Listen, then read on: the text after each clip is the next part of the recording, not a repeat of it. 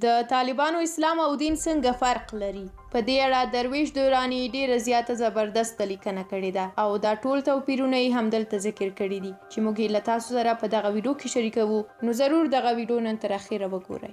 درویش دورانی لیکلی دي زما او د حاکم ملا صاحب ترمنځ د اسلام توپیر. زما په اسلام کې علم پر نر او ښځه فرض دی، خو د ملا صاحب په اسلام کې ښځه یا د کور ده یا د کور.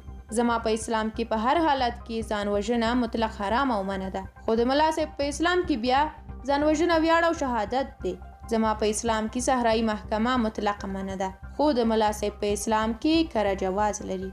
زما په اسلام کې د ګیرې پرېښودو توصیه شوې، خو د ملا صاحب په اسلام کې ګیره جبري او حتمي ده. زما په اسلام کې موسیقي ګناه اما په ځینو حالاتو کې روا ده، خو د ملا صاحب په اسلام کې موسیقي مطلق کفر دی.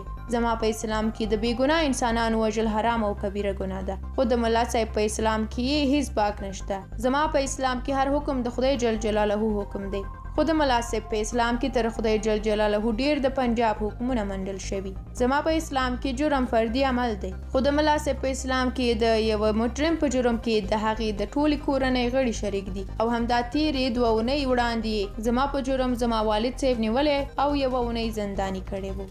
نو ملا صاحب اوس ته لږ منطقي سوچ وکړه، سر دې په خپل ګریوان کې ښکته کړه او بیا ووایه چې د ښه مسلمان یو که زه که دې له عقل کار واخیسته نو باوري یم چې ما به تر ځان ښه مسلمان بولي، خو په دې شرط چې منطقي فکر او وجداناً پرېکړه وکړي. نو ګوره نن به زه هم لږ درته د عقیدې لاسه راښکته شم او درته به د زړه خبره وکړم. په الله قسم کوم چې په تا مې هم د ځان هومره زړه درد کوي او په ذلیل حالت دې دردېږم. ته هم زما په څېر کورنۍ لري، لکه څنګه چې مې په ځان ضلالت نه دی پیرزو همداسې مې په تا هم نه دی پیرزو. دا ځکه چې ته هم د دې وطن وګړی او زما د کلمې ورور یې. خو که په دې کومه لاره چې ته روان یې دا نیغه ترکستان ته تللې او زه پکې ستا ضلالت وینم، پلیز له دې لارې را وګرځه. ما ته غاړه راکړه تر څو زه هم لاس درکړم، را خپل شه تر څو زه هم در خپل شم. د تورمخو له انحصاره راووځه تر څو زه در باندې باور وکړم او ملا دې وتړم. زما او زما د ولس له ارمانونو سره لوبې مه کوه، ځکه چې دا ولس یوازې زما نه دی بلکې ته هم پرې را شریک یې.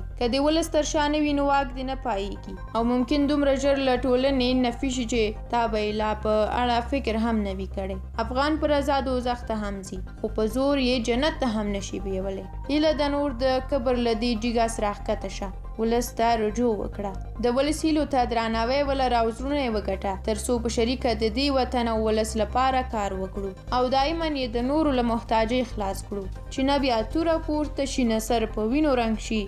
باداره دغه جنګ دې د وطن اخیري جنګ شي. که زړونه سره یو کړو او لاسونه سره ورکړو دا کاڼې به لالونه شي دا بوټي به لونګ شي. که د درویش صاحب د دغه یادو 2 بیتونو زه او ته دواړه عمل وکړو نو ښاد به یو.